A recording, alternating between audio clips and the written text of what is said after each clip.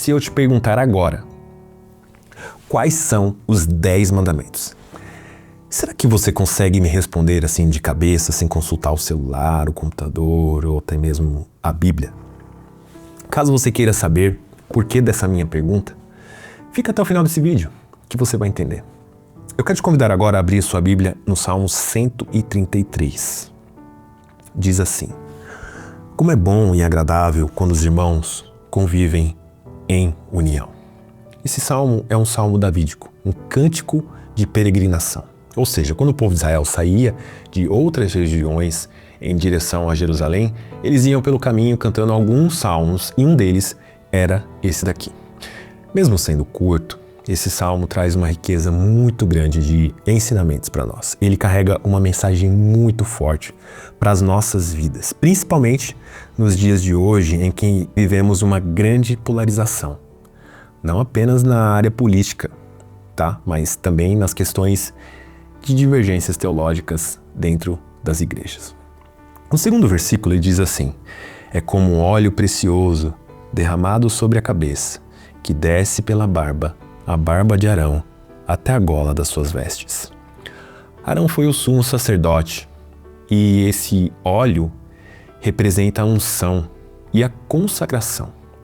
Arão foi separado por Deus para o serviço sacerdotal.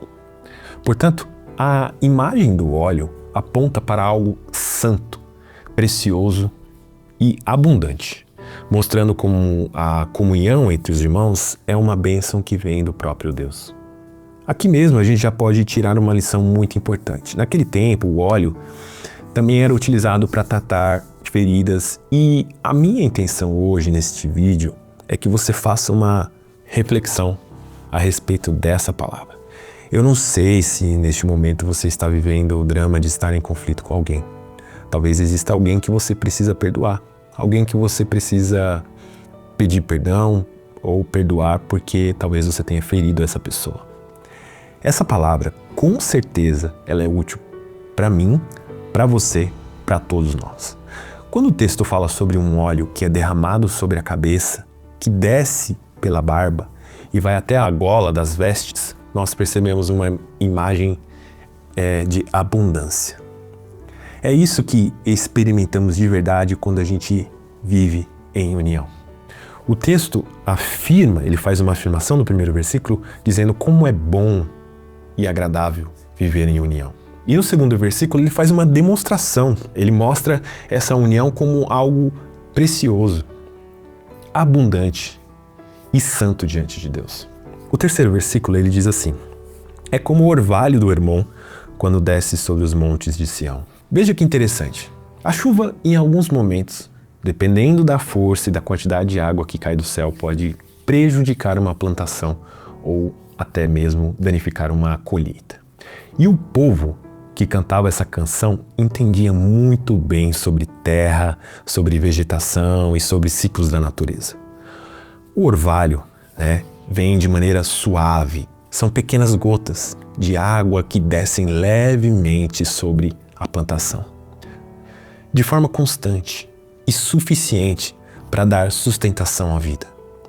Isso nos faz refletir sobre a bênção de Deus em nós quando a gente vive em união com os nossos irmãos.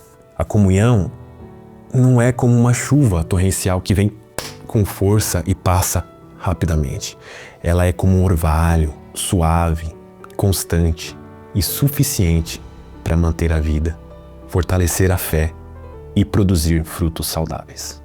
Essa imagem nos lembra que Deus é a fonte da bênção da comunhão. É o Senhor quem faz florescer entre o seu povo a verdadeira união. Já na segunda parte do versículo 3, diz assim: ali o Senhor concede a bênção da vida para sempre. Isso nos ensina que a comunhão entre os irmãos é uma expressão visível da bênção de Deus sobre o seu povo. É claro que a vida eterna não é conquistada por nossas obras e nem pelo simples ato de perdoar ou pedir perdão. A vida eterna é dom de Deus, recebida pela graça mediante a fé em Cristo Jesus. Mas a união entre os irmãos revela na prática a graça de Deus agindo nas nossas vidas.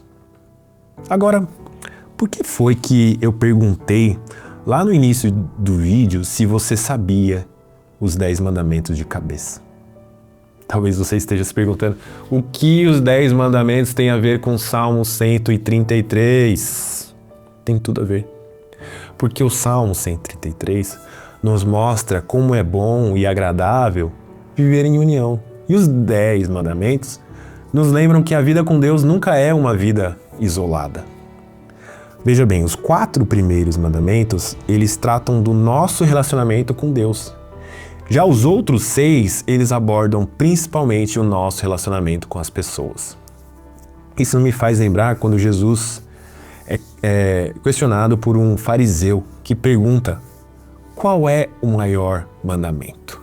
Jesus responde: ame o Senhor, o seu Deus, de todo o seu coração, de toda a sua alma e de todo o seu entendimento. Este é o primeiro e maior mandamento. E o segundo é semelhante a ele: ame o seu próximo como a você mesmo. E Jesus conclui dizendo: destes 2 mandamentos dependem toda a lei e os profetas. Esse óleo que é derramado sobre a cabeça de Arão, ele nos lembra da consagração sacerdotal, mas Arão era apenas uma sombra de Jesus. Jesus é o nosso verdadeiro sumo sacerdote, o ungido de Deus, aquele que intercede por nós e nos conduz à presença do Pai. Talvez hoje você precisa perdoar alguém ou pedir perdão. Mas lembre-se, a nossa reconciliação com o próximo começa na reconciliação que Cristo realizou entre nós e Deus, lá na cruz.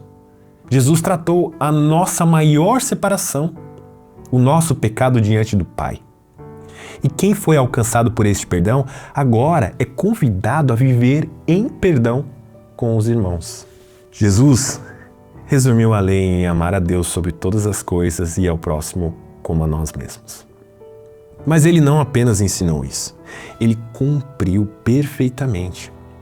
Jesus amou o Pai em perfeita obediência e amou ao seu povo até a morte, e morte de cruz.